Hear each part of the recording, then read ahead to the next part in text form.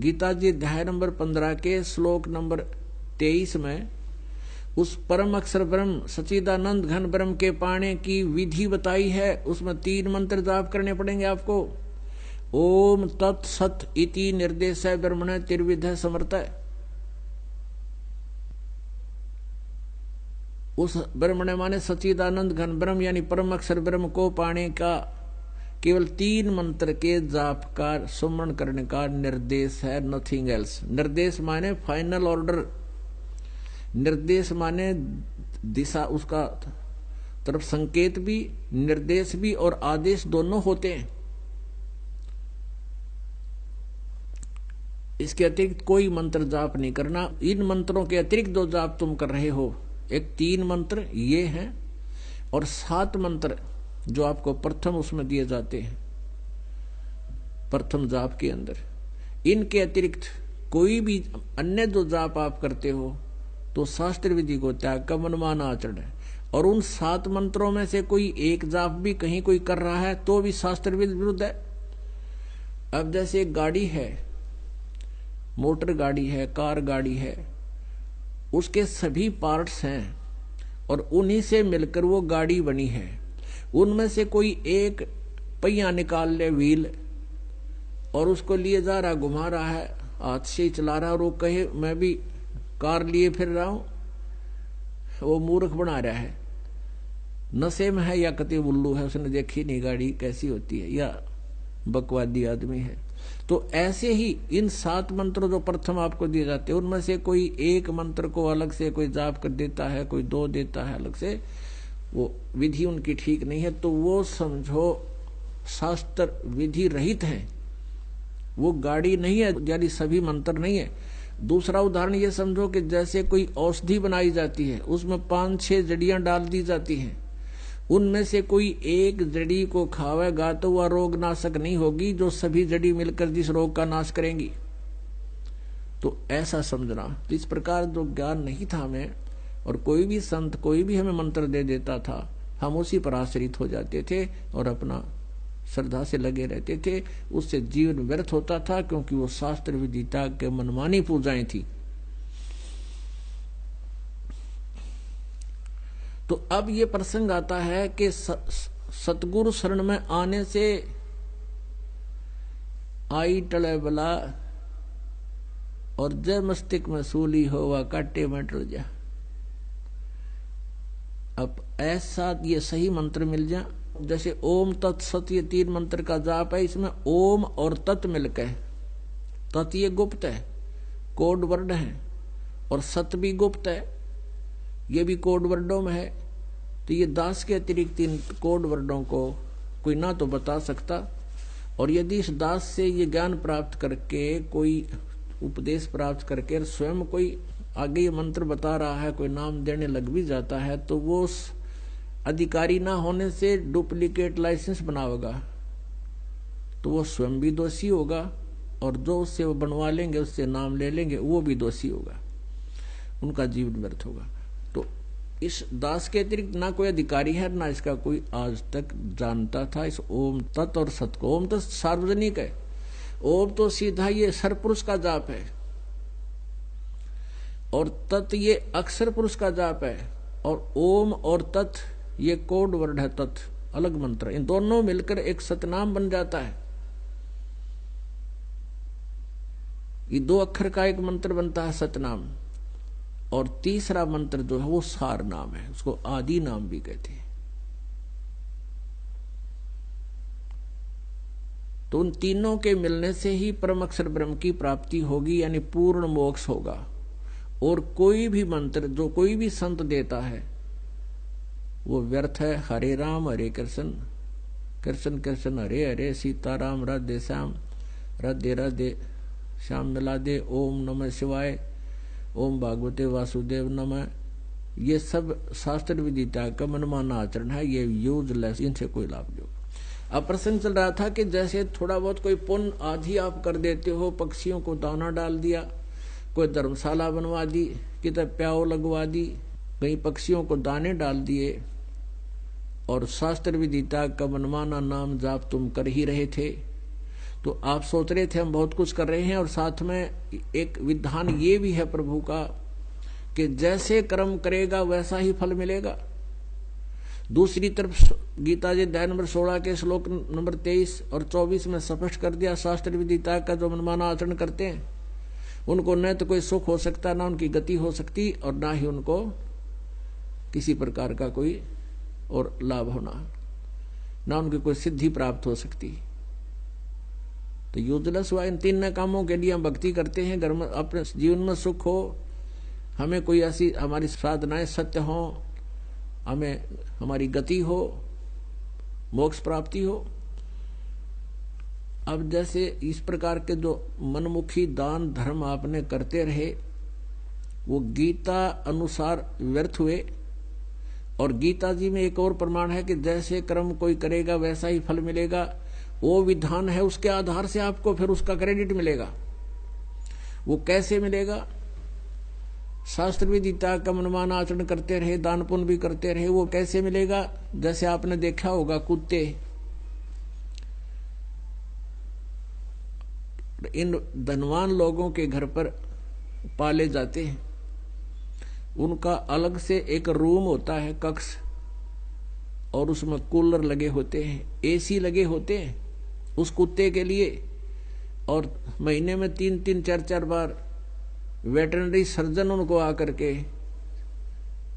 उसकी मेडिकल जांच करता कुत्ते की। और उस कुत्ते का ड्राइवर होता है मनुष्य, गाड़ी में बैठा कर ले जाता है उसको, जो उसका मालिक कहलाता है। और मालिक की सीट पर बैठता है कुत्ता उसका, और मालिक ड्राइवर है और कुत्ता मालिक है, पीछे बैठा गाड़ी है और सैर सपट्टे करता देखता जा रहा, खिड़की में आ गई इधर उधर से। अब उस पुण्य आत्मा ने, उस भोरी आत्मा ने कभी कोई दान पुण्य ऐसे किया था मनमुखी साधना से, उसका जैसे कर्म करेगा वैसा फल तो मिला उस आधार से, उस विधान से, लेकिन वो पुण्य उसको मिल गया कुत्ते के जीवन में। अब वो पुण्य कुत्ते के जीवन में मिल गया और उसको सारे सुख दे दिए जो आम व्यक्ति को भी उपलब्ध नहीं है, मनुष्य को भी। और उसने उसके सारे पुण्यों का उसमें सारा हिसाब किताब करके खत्म कर दिया, बर्बाद हो गया। अगला जन्म मिलेगा सूअर का, उसमें कौन सुविधा देगा उसने? तो इस प्रकार हमने परमात्मा के इस विधान को जानकर अपने कर्म बनाने शुभ और मोक्ष प्राप्ति का प्रयत्न करना है। अभी तक हमें किसी ने सतमार्ग नहीं बताया, ना ये तत्व ज्ञान बताया। ठीक है, परमात्मा भक्ति की प्रेरणा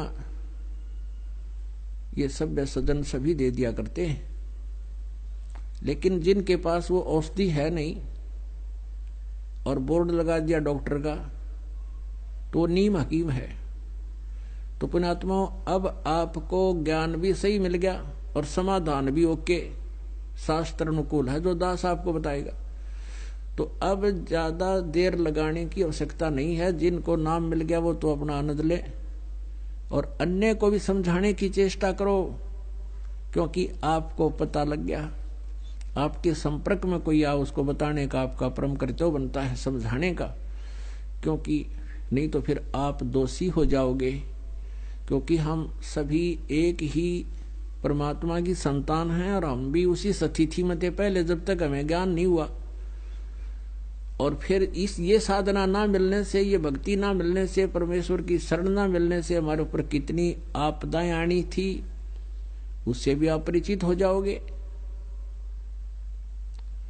तो फिर आप सबको बताने की चेष्टा करो। को मानने ना मानने वो कोई बात नहीं, आपका कर्तव्य बना है एक बार उसको, एक बार छेड़छाड़ जरूर करे, उसने समझाने की चेष्टा करे और भक्ति बताओ आप प्रेम से। चाहे वो आपको बुरा भी बोले, काली नहीं माने, आपका फर्ज पूरा हुआ, आपने उसको परमात्मा का संदेश व चिट्ठी दे दी।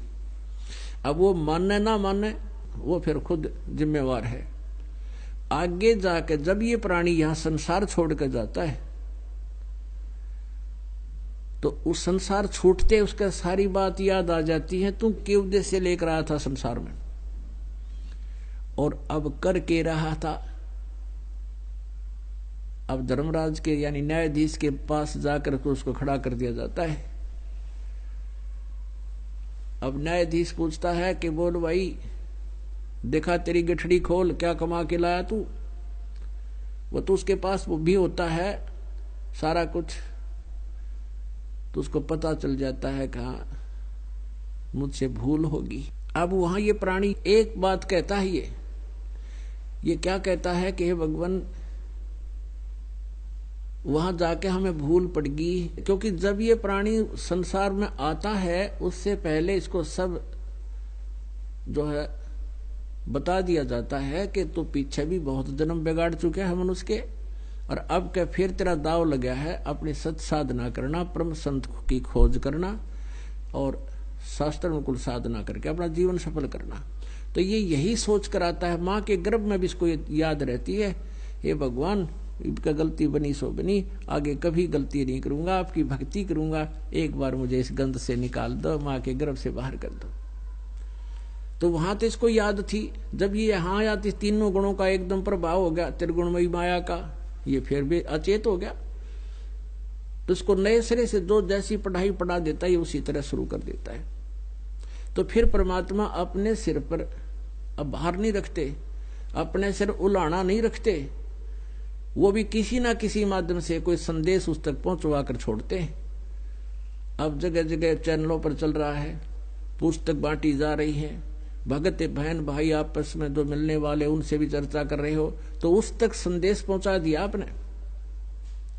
अब वो वहां जाकर के ये कहता है धर्मराज के दरबार में, जब यहां लुट पिट कर चला जाता है भक्ति ना करके और कहने से भी नहीं मानता है, तब वो एक बात कहता वहां जाके, हे भगवान हमने पता नहीं चला, हमारे को किसी ने बताया नहीं, भक्ति कर लो।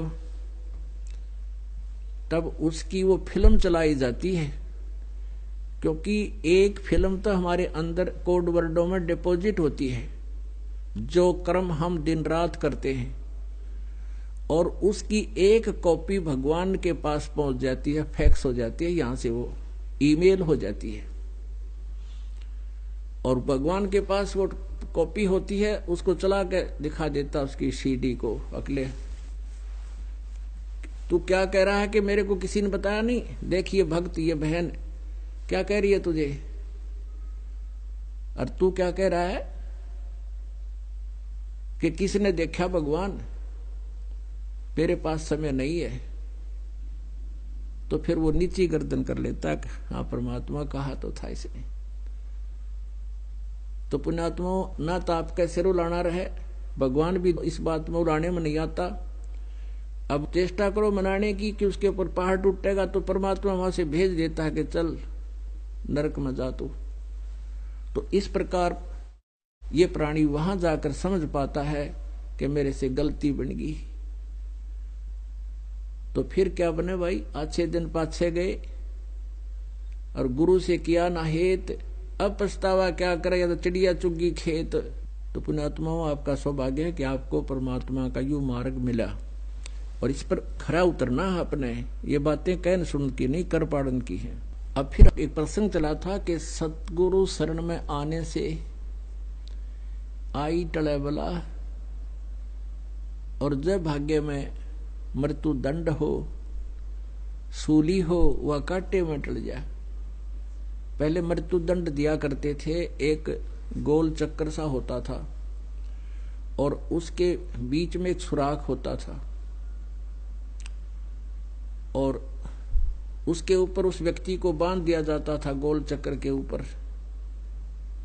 और उसके नीचे सुराख से एक भाला निकलता था बहुत तेज नोक वाला, और उस व्यक्ति को वहां विवश कर दिया जाता था, उस बांध दिया जाता था। और जब तक वो धीरे धीरे उसको छोड़ दिया जाता था, अपने प्रेशर से अपने आप नीचे आता था, व्यक्ति तो हल सकता नहीं था, और वो भाला उसके नीचे से और धीरे धीरे धीरे धीरे सिर में से निकलता था। उसको सूली तोड़ना कहते थे। वो मृत्यु दंड ऐसे दी जाती थी। तो यहां परमात्मा कहते हैं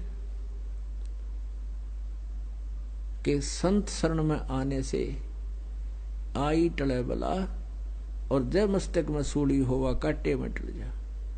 आपने ऋग्वेद मंडल नंबर 9 और सूक्त नंबर 1 का मंत्र 8 और 9 में बहुत बार दिखाया है, फिर आने पर समय आने पर दिखाएंगे। उसमें क्या लिखा है कि वो परम अक्षर ब्रह्म पूर्ण परमात्मा, ये वेद ज्ञान दाता भी वही है जिसने गीता ज्ञान दिया, ये ब्रह्म सरपुरुष है। तो सरपुरुष कह रहा है कि वो परमात्मा 3 प्रकार से शरीर धार करके लीला करता है, 3 प्रकार के शरीरों में लीला करता है। एक रूप में तो वो सतलोक में रहता है, ऊपर के लोकों में, तीनों लोक, 4 लोकों में, सतलोक, अलखलोक, अगमलोक और अकैलोक में। वहां तो उस परमात्मा के शरीर की इतनी शोभा है जैसे एक रोमकूप में करोड़ सूर्य मिला दे, करोड़ चंद्रमा, तो भी परमात्मा के एक रोमकूप की रोशनी अधिक है। और वो ट्रिपल रोल करता है, ट्रिपल। और दूसरे प्रकार का शरीर वो धारण करता है जैसे प्रत्येक युग में एक नवजात शिशु का रूप धारण करके, और उसका विधान है कि वो सरोवर के ऊपर वहां पर आकर के प्रकट होता है कमल के फूल पे, और वहां से कोई निसंतान जो पहले से संस्कारी होते हैं, जिन अच्छी आत्माओं को परमात्मा आके मिलता है, जैसा ऋग्वेद मंडल नंबर 9 सूक्त नंबर 86 के मंत्र 26-27 में, ऋग्वेद मंडल नंबर 9 सूक्त नंबर 82 के मंत्र 1, 2, 3 में, और भी अनेक स्थानों पर यही प्रमाण दिया है कि वो परमात्मा गति करके आता, सतलोक से चलकर आता है, और वहां से चलकर यहाँ अच्छी आत्माओं को प्राप्त होता है। तो उन अच्छी आत्माओं को मिलता है कमल के फूल शिशु रूप धारण करके, छोटे बालक का, नवजात शिशु का। और फिर वो धीरे धीरे जब बड़ा होता है तो फिर उसी छोटे ही समय से, यानी जब पैरों चलन लग जाता है उसी समय से वो बोलना शुरू कर देता है और अपने ज्ञान का प्रचार शुरू कर देता है। ये तो उसकी दूसरी सतीथि हुई लीला करने की, यानी डबल रोल। अब ट्रिपल रोल कौन सा है कि वो परमात्मा कहीं भी कभी किसी साधु संत के रूप में प्रकट होकर और कुछ समय अतिथि की तरह रुकता है। ये दोनों सतिथि जो सेकंड और थर्ड टाइप की हैं, ये अतिथि रूप की ही होती है उनकी, कुछ समय आते हैं यहाँ पर। तो तीसरे प्रकार की जो लीला वो परमात्मा करते हैं, उस लीला के करते हुए परमात्मा कहीं किसी नगर के बाहर, गांव के बाहर एक कुटिया छाकर रह रहे थे, और परमात्मा वहां से निकल जाते थे, क्योंकि पहले आज वर्तमान की तरह कोई ये ऐसा कोई साधन तो था नहीं वे कि वेरीफाई करने ये संत कहाँ रहता है। जैसे अब तक मोबाइल 2 मिनट में पता कर सका ये आदमी कहाँ से आया और कहाँ का रहने वाला, जो अपना एड्रेस तो बता देता है। तो ऐसे परमात्मा कबीर देव जी पूर्ण परम अक्षर ब्रह्म वहां एक कुटिया छाकर रहते थे, और वहां 1 महीना रुकते थे। फिर कहते थे भी मैंने दूसरे वहां पर भी मेरा एक आश्रम है, मैं वहां भी जाता हूँ, 1-1 महीना सभी आश्रमों में रुकता हूँ, तो मुझे यहाँ आने में आपको 1 महीना ही दे सकता हूँ। तो वो 1 महीना जब आते थे तो वहां जैसे भी 20-30 भक्त उनके शिष्य थे, ऐसा छोटे छोटे गांव होया करते, को 40 घर का, कोई 50 घर होते थे, किसी में झोपड़ियां सी होती थी, पुराने समय की बात है।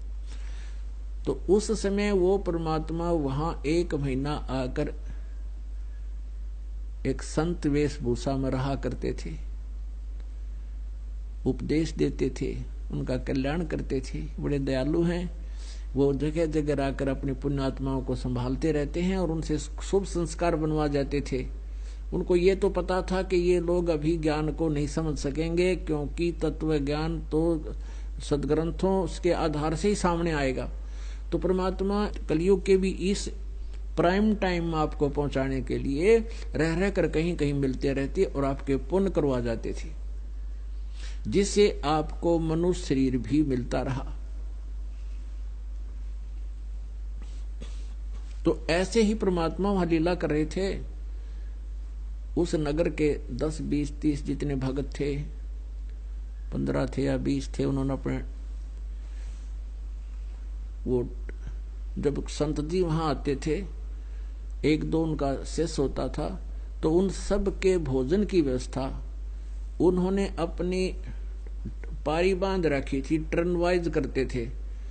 जैसे एक दिन एक परिवार भोजन कराएगा सबको, सुबह भी शाम भी, और अगले दिन दूसरा परिवार कराएगा उपदेशी, नेक्स्ट डे दूसरा कराएगा।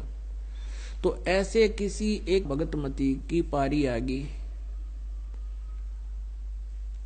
और उसने खीर बनानी होती है, क्योंकि गुरुदेव का बहुत दिनों में जो है दाव लगा हमारा अपने सेवा करने का, बढ़िया भोजन बना के ले जाते थे। तो खीर बनाना अनिवार्य था। उसका दूध फट गया। अब दूध फट जाने से चिंतित हुई। उसने देखा एक पड़ोस के अंदर एक बहन है, विधवा है, नाम उसने उपदेश नहीं ले रखा था। उसके पास गाय थी, दूध था, उसके पास गई। अब जाते ही कोई वस्तु मांगनी होती है तो एक औपचारिक वार्ता प्रारंभ होती है, कुशल मंगल पूछा जाता है। वो बहन गई, उसने आदर सत्कार से बैठाया कि बैठ जा बहन। तो उस बहन ने पूछा, जो उपदेशी थी, कि बहन कुशल हो?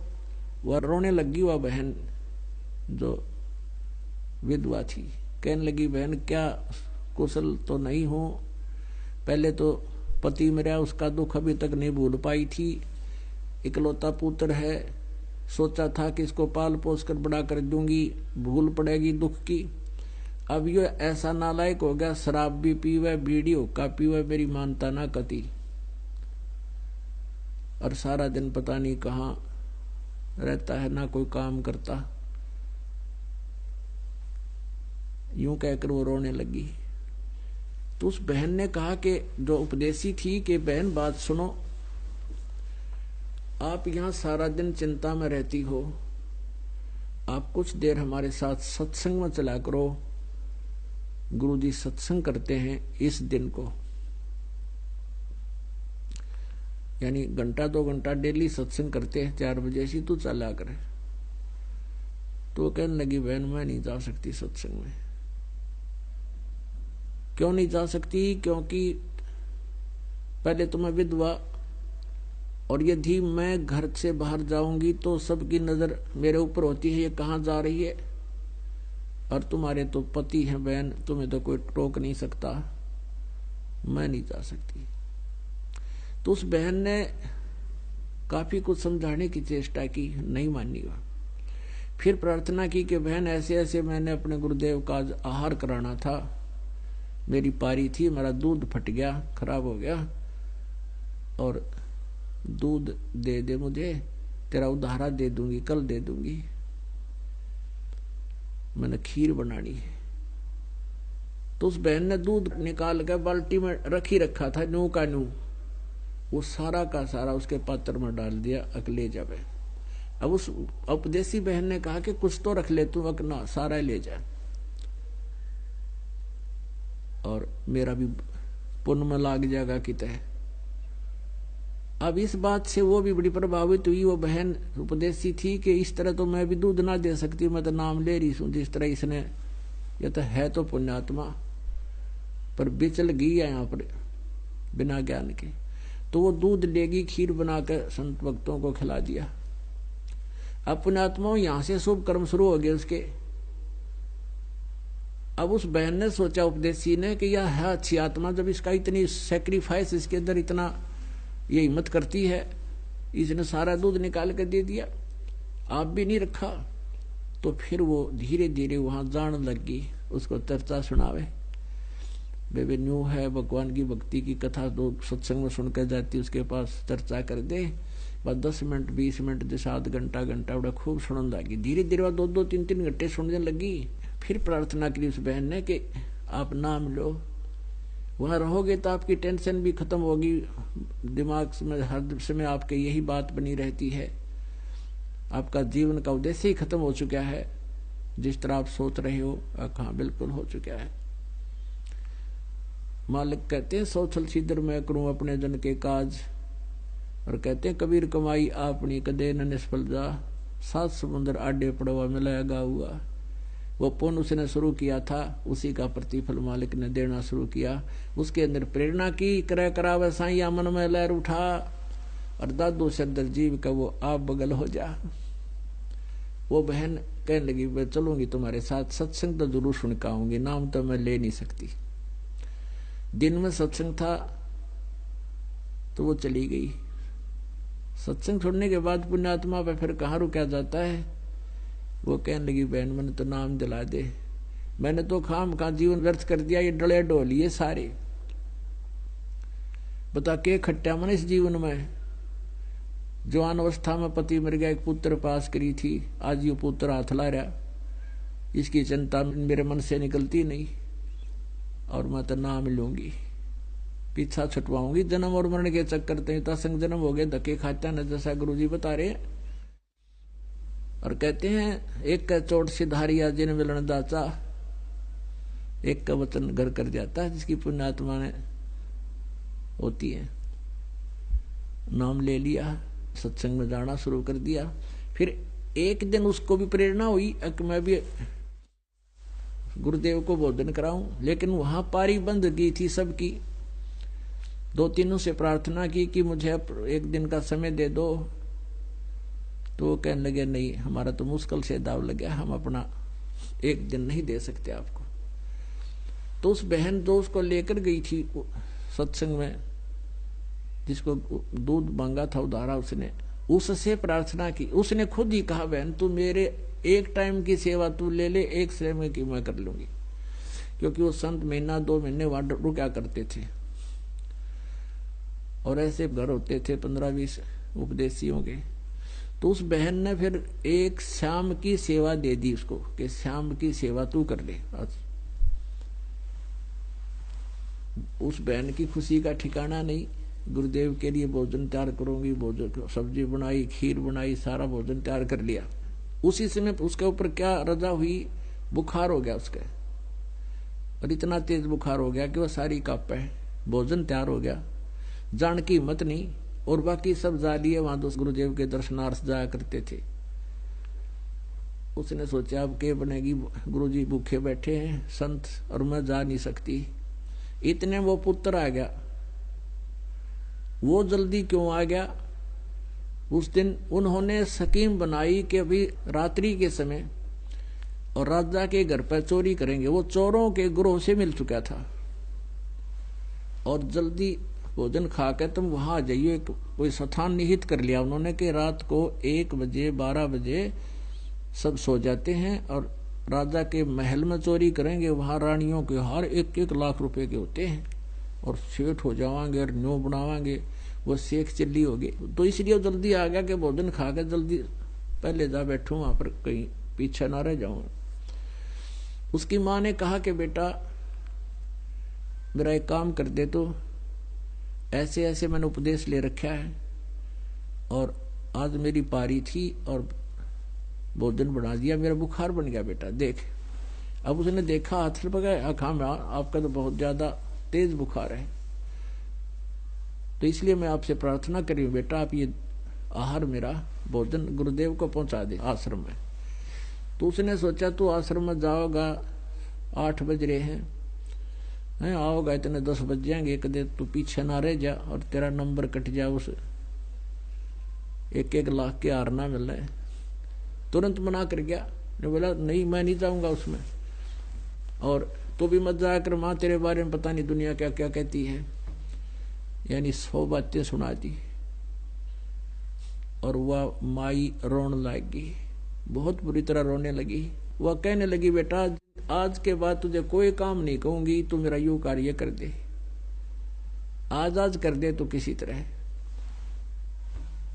तो उसने सोचा अब घनी देर रोएगी, चलो कहने लगा अल्लाह माँ दे। उसने सोचा तू फटाफट देगा आ जाइए। अब उस माई ने तैयार कर रखा था, वो लेकर भोजन चला गया। और वो बहन जब गुरुजी के पास जाती थी, एक प्रार्थना करा करती, गुरुदेव वो लड़का मेरे वाला बहुत दुखी करता है, शराब पीता है, बीड़ी पीता है, काम करता नहीं, और मैं थोड़ा बहुत कमाती हूँ उसमें से पैसे ले जाता है, उसको भी शरण में लो प्रभु, उसको भी शरण में लेना दाता, उसको सद्बुद्धि देना। अब ये प्रार्थना वो बार बार रो रो कर करया करती थी। परमात्मा गुरुदेव कहते थे, बेटी तू अपनी भक्ति करती रहे, कभी सुनेगा भगवान तेरी, पर श्रद्धा से लगी रहे, आन दे टाइम। अब वो लड़का भोजन लेकर पहुंचा, पूछा, वहां 10-20 भगत बैठे थे कि गुरुजी कहाँ हैं, महाराज जी कहाँ हैं? कि भाई नहान गए हैं, स्नान करके आएंगे, बैठ जाइए, यहाँ आएंगे और भोजन खाएंगे। इतने में महाराज जी आ गए, परमात्मा ही थे वो तो, साधु रूप में आकर बैठ गए और आके कहने लगे कि महाराज जी ये उसका लड़का आया, रामो नाम था उसका, रामो का लड़का आया है और आपने दया कर दी। उन्हें सोची लड़का भी आज आ गया तो समझो सद्बुद्धि आएगी इसको, और वो रोज प्रार्थना करती थी, आपने सुन ली उसकी, वो बेटा आ गया उसका, भोजन लिया आपका, ठीक है बेटा, बड़ी अच्छी बात हुई, परमात्मा ने सुन ली उस बेटी की। बहुत दुखी थी वो, बहुत अच्छा हो गया कि कहाँ बुलाओ, उसको बुलाया, बैठा दिया। अब संत जी ने, परमात्मा ने सोचा था कि इस बच्चे को कुछ ज्ञान दे दूं, इसकी बुद्धि ठीक हो जा। खाना सामने रखा था, महाराज जी बताने लगे, बेटा मनुष्य जीवन परमात्मा पाने के लिए होता है, भक्ति नहीं करते वो दुखी होते हैं, परमात्मा की भक्ति करनी चाहिए, सत्संग माया करे, उपदेश ले ले। वो लड़का कहता है, बाबा जी भोजन खा ले जल्दी, मैंने जल्दी जाना है, मैंने तेरी शिक्षा की आवश्यकता नहीं मुझे। इतना बेहुदे ढंग से बोला तो महाराज जी ने सोचा तो सचमुच निकम्मा, वो बहन बेटी ठीक रोती है, इसको ये तो जमा पशु है। फिर अपना भोजन खा लिया। तो वो बैठा इसलिए रहा कि बर्तन लेकर जाने हैं, वो बर्तन लेकर और वो चल पड़ा। उसने तो वहां से खूब स्पीड जल्दी जल्दी चला, कदे लेट हो जा।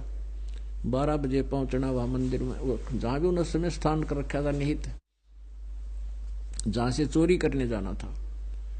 अब वो जल्दी जल्दी आ रहा था, रास्ते में कांटा लग गया उसके पैर में, और कांटा लग के अंदर टूट गया। अच्छा बाहर मोटा लंबा बबूल की किक्कर की सूल चल गई।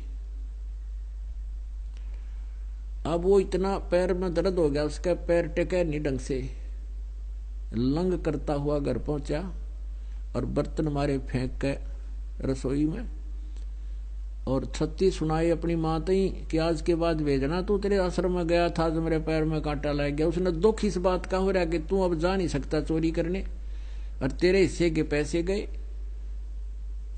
तो वो पैर पकड़ के कहने लगा, आज के बाद तू भी नहीं जाना, देख मैं गया था जब मेरे को ये कांटा लग गया, और मैं इधर मुंह करके भी ना सोऊं आज के बाद, और आप भी मत जाया करो वहां पर। अब वह माई फिर रो अपने कर्मों को, क्योंकि बिना ज्ञान के हम ऐसी स्थिति में आते हैं, हमें पता नहीं भगवान अब क्या करने जा रहा है। पुण्यात्माओं, जब आप परमेश्वर की शरण में आ गए और आपको कुछ भी हानि होती दिखे तो भी ऑब्जेक्शन नहीं करना चाहिए आपने, क्योंकि भगवान गलत कर नहीं सकते, परमात्मा कभी गलत नहीं कर सकते। जैसे हम ऑपरेशन थिएटर में चले गए, फिर डॉक्टर कुछ क्रिया करता है और हम उसको पूरा नहीं करने देते हैं, है पीड़ा हो, इंजेक्शन नहीं लगाओ, उठ कर भाग लो, तो वो कैसे इलाज करेगा आपका। तो यहां आने से भी यदि कोई कष्ट आपको हो रहा है तो सूली की सजा कांटे में टलेगी आपकी, तो उसमें ऑब्जेक्शन नहीं होना चाहिए। ना परमात्मा को कोई उल्हाना देना चाहिए कि मैंने ये कर दिया और वो कर दिया, मुझे फिर भी हानि हो रही है, तो उसका भी कोई कारण है, वो आपकी बहुत बड़ी बला टाल रहे हैं भगवान।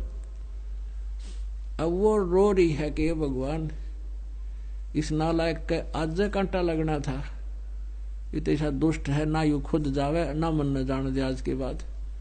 ये भगवान देख मेरे किसी फूटे भाग हैं, आज ही सत्संग में गया था, अभी नो कह तेरे सत्संग में जाने से मुझे ये हानि हुई है, तेरे गुरु के दर्शन करने से आज मुझे ये कांटा लगा, मेरा बहुत, वो तो नहीं सोच रहा था मेरा तो नाश हो गया क्योंकि पैसे ना मिल रहे।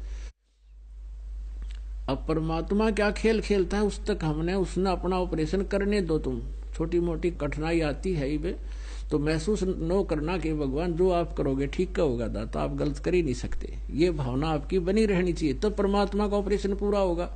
अरे छोटा सा कोई नाम ले रखा है, छोटा सा कष्ट आएगा, नाम छोड़ गए तो फिर रह गया दूर, आप तो ऑपरेशन थिएटर में दबाज गए उठ के, वो भयंकर रोग बन जाएगा कभी ना कभी।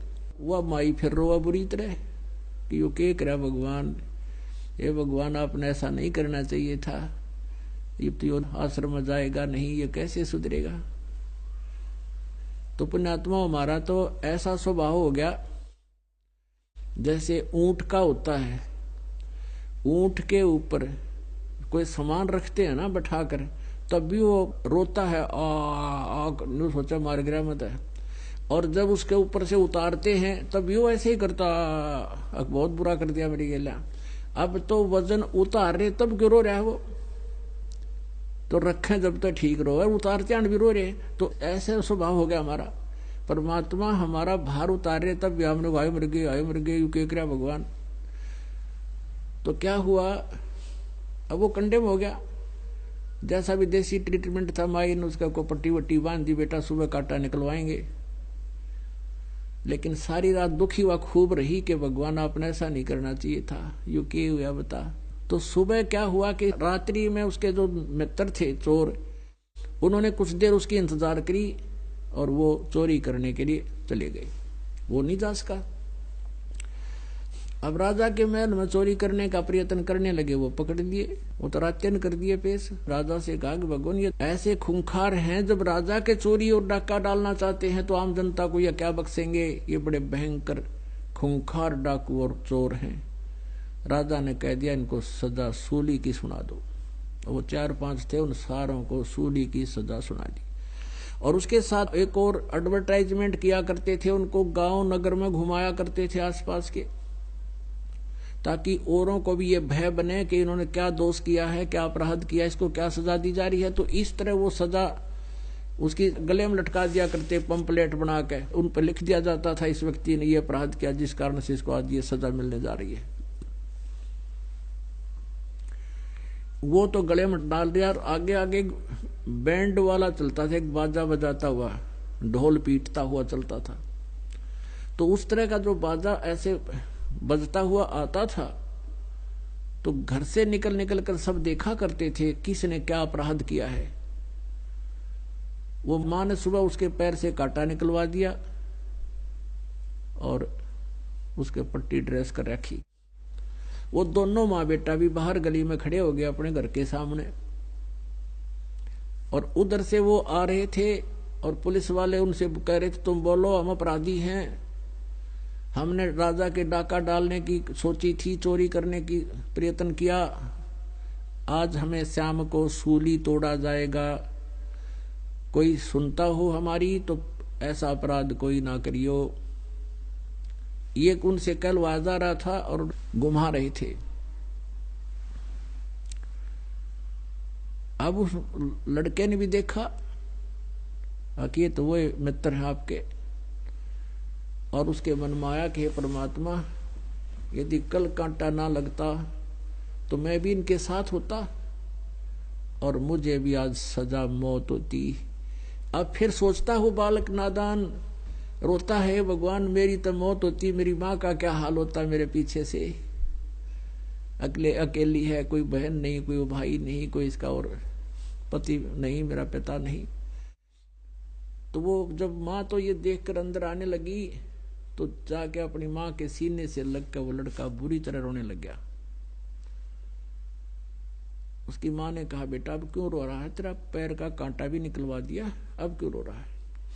तब उसने कहा कि माँ आज धन्य है तेरे गुरु का, धन्यवाद करता हूं जिसके कारण आज तेरे बेटे की जान बच गई। कि माँ अगर मैं कल नहीं जाता आपका गुरुदेव का भोजन लेकर के, और यदि मुझे कांटा ना लगता आज तेरा बेटा सूढ़ी टूटता, सजाए मौत होती मुझे। तो माँ ने कहा बेटा है मेरा नालायक, ये बात क्यों बोल रहा है, तो मुंह बंद कर अपना, मेरा बेटा क्यों सूढ़ी टूटता, मेरा बेटा कौन सा चोर थोड़ा ही है। तो उसने कहा कि माँ तेरा बेटा चोर भी था, मैं चोरी भी करता था और मैं इनके साथ जाना था। तो वह माँ रोने लगी, रे निकम्मे तू चोर भी हो गया था। कहा माँ मैं चोर भी हो गया था, और आज से मैं कसम खाता हूं कभी कुछ भी अपराध नहीं करूंगा, और आपके गुरुजी से मैं चलकर उपदेश लूंगा, मेरी जीवन रक्षा हुई है। तो पुण्यात्माओं करे करावे साइया मन में लहर उठा और दादू से दरजीव के आप बगल हो जा। कबीर साहब कहते हैं सो छल सीधर मैं करूं अपने जन के काज, ना जाने के कारण बना दूं उसको अपने चरणों में लेने के लिए। तो ऐसे सतगुरु शरण में आने से आई टले बला, जब भाग्य में मौत हो वह काटे में टल जा। पुण्यात्माओं ये कथाएं नहीं है, ये सच्चाइयां हैं। करके देखो इस परमात्मा के ऊपर विश्वास करो, कबीर भगवान पर। ये परम अक्षर ब्रह्म है, सारी सृष्टि के मालिक है। राम नाम रटते रहो, राम नाम रटते रहो, जब तक घट में प्राण, कभू तो दीन दयाल के है भनक पड़ेगी कान। अब उपदेश लेने के बाद आप जी ने आखिरी सांस तक भक्ति करनी है। कहते हैं जैसे कोई गेम है, खेल रहा है बच्चा, तो उस गेम के लास्ट गेम तक, लास्ट मैच तक उसने सतर्कता से और नियमित खेलना पड़ेगा, तब वो सफल होगा। तो पुण्यात्माओं यहां हम इस काल के लोक में हैं और हमने यहां से मोक्ष प्राप्ति के लिए ही जीवन प्राप्त हुआ है। यह मनुष्य जीवन केवल मोक्ष प्राप्ति के लिए है। ये समझ लो कि हमारे जन्म और मृत्यु का रोग लगा हुआ है और हम इसके ट्रीटमेंट के लिए कोई दूसरा साधन अपना रहे हैं, तो वो हॉस्पिटल गलत हैं, वो तरीके गलत हैं। जन्म और मृत्यु के और पाप कर्मों के नाश करने की जो औषधि यानी मंत्र जाप विधि, शास्त्र विधि त्याग का जो मनमानी की जाती है, वो व्यर्थ हैं। अब आपको यहां इस जन्म और मृत्यु के रोग को जड़ से निकालने वाला यानी नाश करने वाले हॉस्पिटल में प्रवेश मिल गया।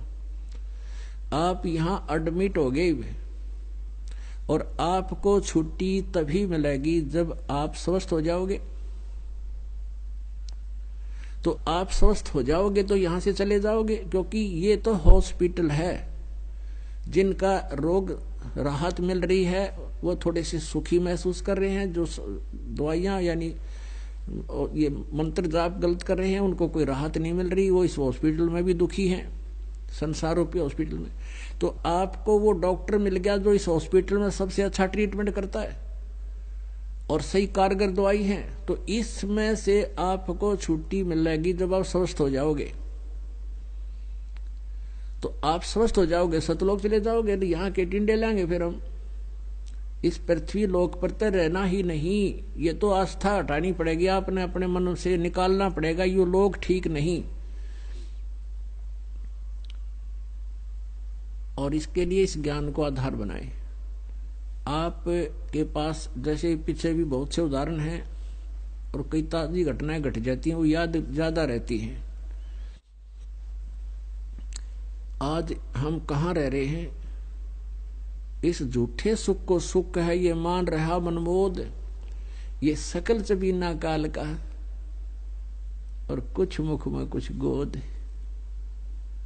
हम काल के लोक में रह रहे हैं। सरपुरुष ये काल है, ब्रह्म इसी को कहते हैं, जो गीता बोलते समय 11वें अध्याय के 32वें श्लोक में कहता, अर्जुन मैं काल हूं, सभी को खाऊंगा, सभी को मारूंगा, नाश करूंगा इन सबका, इन योद्धाओं का। तू ना लड़ेगा तो भी मैंने मार देना है इनको।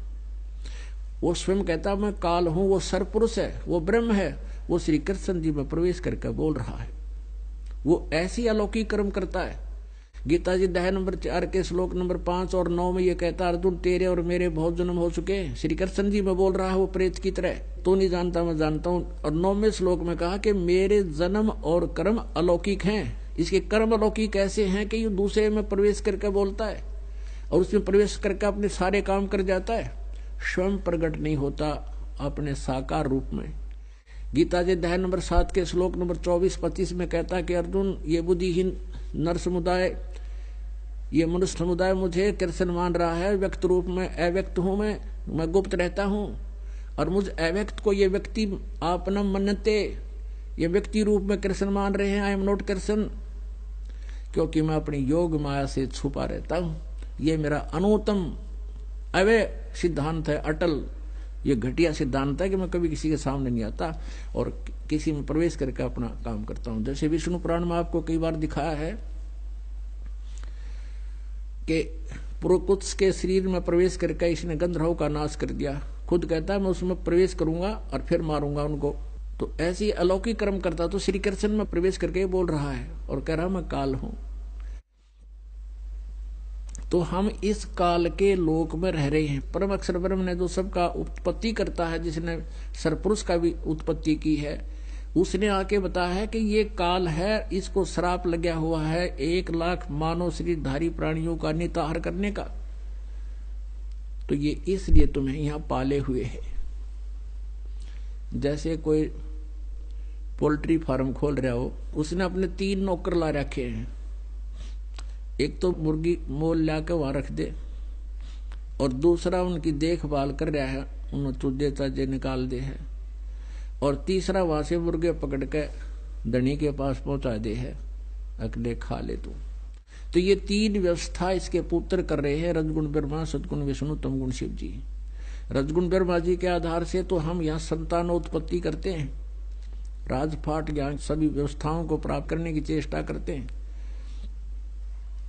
और सतगुण विष्णु जी के सतोगुण के प्रभाव से हम एक दूसरे में ममता रखते हैं, एक दूसरे के हम ऊपर हमारे दिन मोह होता है। और तीसरा जो भगवान शिव जी जो है हमारा मार करके यहाँ से काम तमाम कर देता है, और इनकी हम पूजा कर रहे थे। तो ऐसे परमात्मा कहते हैं ये 1 लाख मानुषधारी प्राणियों का नित आहार करता है। इसके अंदर एक सूक्ष्म शरीर है, स्थूल शरीर के अंदर। इस स्थूल शरीर के माध्यम से जितने भी अच्छे बुरे कर्म ये करता है, अच्छे बुरे आहार करता है, जैसे शराब, मांस, तंबाकू, बीड़ी, सिगरेट, सौफंड करता है, तो उसका सूक्ष्म अंश सूक्ष्म शरीर में लिप्त हो जाता है। और उसको फिर इसने उससे छुड़वाने का तरीका बना रखा है, तपस्या पे भून के। वहां जीव मरते नहीं, लेकिन तंग इतने होते हैं पूछो मत, उनको फिर कर्माधार से भेज देता है।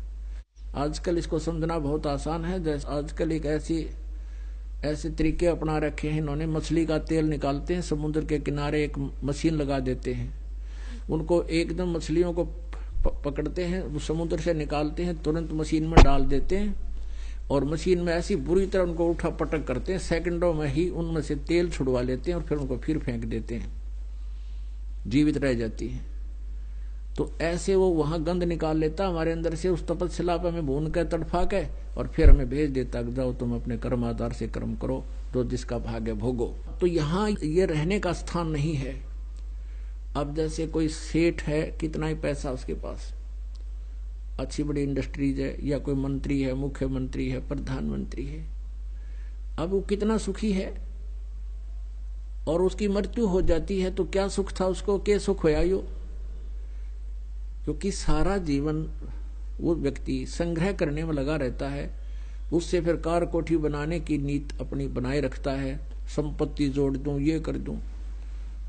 तो यहाँ तो हम रह ही नहीं सकते। यहाँ से दिल हटाने के लिए ये फार्मूले अपनाने पड़ेंगे। ये बातें सच्चाई है, लेकिन याद रखनी पड़ेंगी। ये परमात्मा कहता है कि सारा जीवन ये प्राणी संपत्ति और संतान के ही लिए अपना जीवन न्यौछावर कर जाता है, और संपत्ति जोड़ने की नीयत इसकी खत्म नहीं होती। इसके मरे जा सही हो, लास्ट में भी न सोचा कुछ धंधा ही करता रहूं जब तक हाथ पैर चलते। और परमात्मा के लिए भक्ति का टाइम समय इसके पास होता नहीं। अब जैसे एक बहुत बड़ा उद्योगपति था, सारी व्यवस्था थी, अपने ही हेलीकॉप्टर में गिर कर मर गया। अब जब तक उसके पुण्य थे तब तक तो वो सारा ठाठ बाट से हेलीकॉप्टर में चला था, और जिस दिन वह बैटरी डिस्चार्ज होगी, पुण्य समाप्त हो गया, आगे चार्जर था नहीं, ठीक साधना कर नहीं रहा था, तो उसका जीवन पूरा हुआ। अब क्या बनेगा? कुत्ते की योनि प्राप्त करेगा वो। तो क्या है ये लोग, कहाँ रह रहे हम? ये धोखा के रखा अपने साथ। अब जैसे पीछे आपने देखा था, सुना था, एक पोलैंड देश का पूरा मंत्रिमंडल, जिसमें 95-96 व्यक्ति थे, एक जहाज में बैठ कर जहाँ थे किसी का दुख व्यक्त करने, शोक व्यक्त करने किसी की मृत्यु पर, और आप मर गए। 95-96 थे, सारे के सारे एक के दिन एक के सेकंड में खत्म हो गए, कुछ एक क्षणों में। उनकी कितनी आशाएं थी, कितनी उम्मीद थी उन लोगों की, अब कहाँ गई वो? जो काम करना थे मनुष्य जीवन से वो तो किया नहीं, भूत बने फिरेंगे कि तय। पीछे 2 साल 3 साल पहले की बात है, एक पेपर में आया था समाचार पत्रों में, एक बहुत बड़ा राजनेता था, उसके साथ 5-7 उसके चेले चपटे, और वो हेलीकॉप्टर में जावा था। वो हेलीकॉप्टर से मर गए, पड़ के एक्सीडेंट हो गया, उससे मर गए। वो 5-6 उड़े भूत बन रहे हैं, पूरे गांव ने दुखी रखे। और फिर उनका जंतर मंतर करवाया तो उन्होंने कहा हमारा महल बनाओ। वह एक चबूतरा बनाकर उनकी 5 इतने है वो बना रखे हैं, नारे नारे अलग अलग। हाँ, वो वहां कोठी बनवा रहा है, और तो भक्ति करनी थी वो करी नहीं गई, आज वहां भूत बना फिरा है। ऐसे ही एक इसका आंध्र प्रदेश के मुख्यमंत्री हेलीकॉप्टर में जावे थे। अब जो मुख्यमंत्री है उसकी कितनी उमंग, और कहाँ कहाँ उसकी पार्टियों की इंतजार होती है, यहाँ आएंगे आगे से आगे उनके ऊपर, और वो वहाँ उसका ये नहीं पता कहाँ मरा हुआ पड़ा है। 3 दिन में जाकर लाश मिली थी उसकी। ऐसे अरुणाचल का एक मुख्यमंत्री 7 दिन में शव पाया था, उसके टुकड़े टुकड़े हुए गादड़ के सीटें थे। और कई साल पहले की बात है, एक पंजाब और हिमाचल प्रदेश का गवर्नर था, और वो जा रहा था अपना गवर्नर पद पर होते होते उसने सोची रिटायरमेंट निकटारी है, तो हिली स्टेशन पे कोई बढ़िया पार्क बना, बढ़िया सा प्लॉट खरीद, 3 करोड़ रुपये अपने हेलीकॉप्टर में लेकर जा रहा था। और पहले ये 100 के नोट थे, 1000-500 के थे को नहीं, और 3 करोड़ तो बहुत हो जा है, पूरा एक जीप में ना हो 3 करोड़ ये 100 के नोट। और हेलीकॉप्टर में भर के प्लाट की साई देने जा था, परचेज करने जा था, साथ में परिवार था। एक्सीडेंट ग्रस्त हो गया, और वो नोट कितने गए उड़ते अंडा उड़ा गडरी उठा के ले गए उन्हें, और भेड़ खाओ उनके कागजा ने उन्हें, और वो वहीं मर गया। परिवार का भी गले नाश हो गया। अब चाट ले उसने हिली स्टेशन में, उड़ा कितने भूत बने अंडेगा, या कितने चूहा बन के धक्के खाओगा। अब सारा जीवन खो दिया, जो काम करना था मनुष्य जीवन से वो करा नहीं। पिछले पुण्य थे इतने सारे ठाठ रहे, बड़े बड़े पद प्राप्त हुए, और जब आगे चार्जर लगा नहीं, वह बैटरी डिस्चार्ज हुई, जब ये दुर्गति होती इस प्राणी की। ये भगवान हम सभी के लिए संदेश देता, किसी एक व्यक्ति विशेष के लिए नहीं। हमारे साथ भी यही बनेगी, जब हम भक्ति नहीं करेंगे, भगवान की शरण नहीं ग्रहण करेंगे। तो यहां से तो आपने ये समझ लेना पड़ेगा कि ये लोग ठीक नहीं।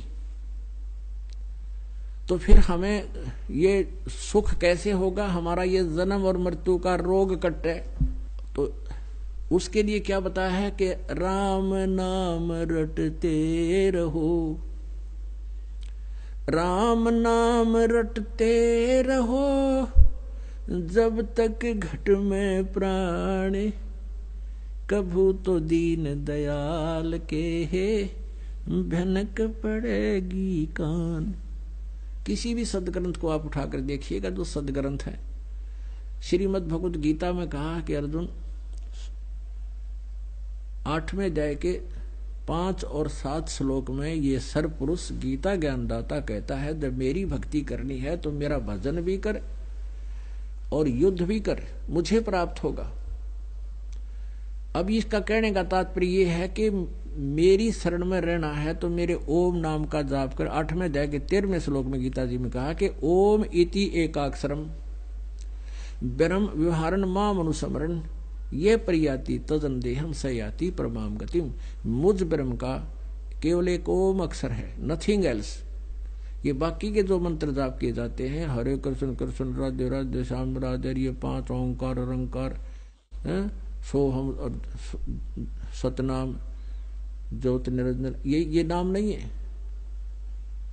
और काल मूर्त सब स्वरूपी राम सतपुरुष, ये मनमुखी मंत्र है, ये कोई मंत्र नहीं जाप करने के।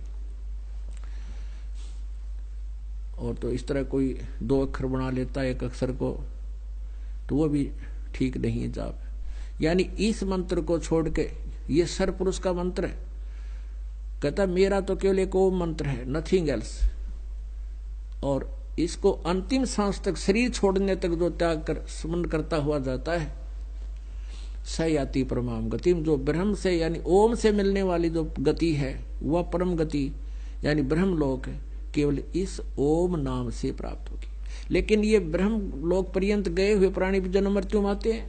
8वें अध्याय के 16वें श्लोक में गीता जी में कहा कि ब्रह्म लोक पर्यंत ये सभी लोक पुनरावृत्ति में है, यानी वहां गए हुए प्राणी भी लौट कर पुनः क्षीण होने पर पृथ्वी लोक पर आते हैं और अन्य प्राणियों के शरीरों को भी प्राप्त होते हैं। अब यहाँ अनुवादकर्ताओं ने थोड़ी सी गलती की है। 8वें अध्याय के 16वें श्लोक में उन्होंने ये किया है कि ब्रह्मलोक पर्यंत सभी लोग पुनरावृत्ति में, ये तो ठीक कर दिया। आगे लिख दिया कि मुझे प्राप्त प्राणी का पुनर्जन्म नहीं होता, ये अनुवाद गलत है। उसका अर्थ ये बनता है कि जो ये नहीं जानते न विद्यते।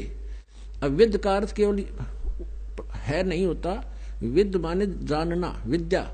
तो जो ये नहीं जानते मुझे प्राप्त होकर भी कुंते पुनर्जन्म, उनका पुनर्जन्म होगा। जो ये नहीं जानते कि ब्रह्मलोक पर्यंत प्राणी सभी जन्म मृत्यु को प्राप्त होते हैं, पुनरावृत्ति में हैं, जो ये नहीं जानते मुझे प्राप्त होकर भी पुनर्जन्म है उनका।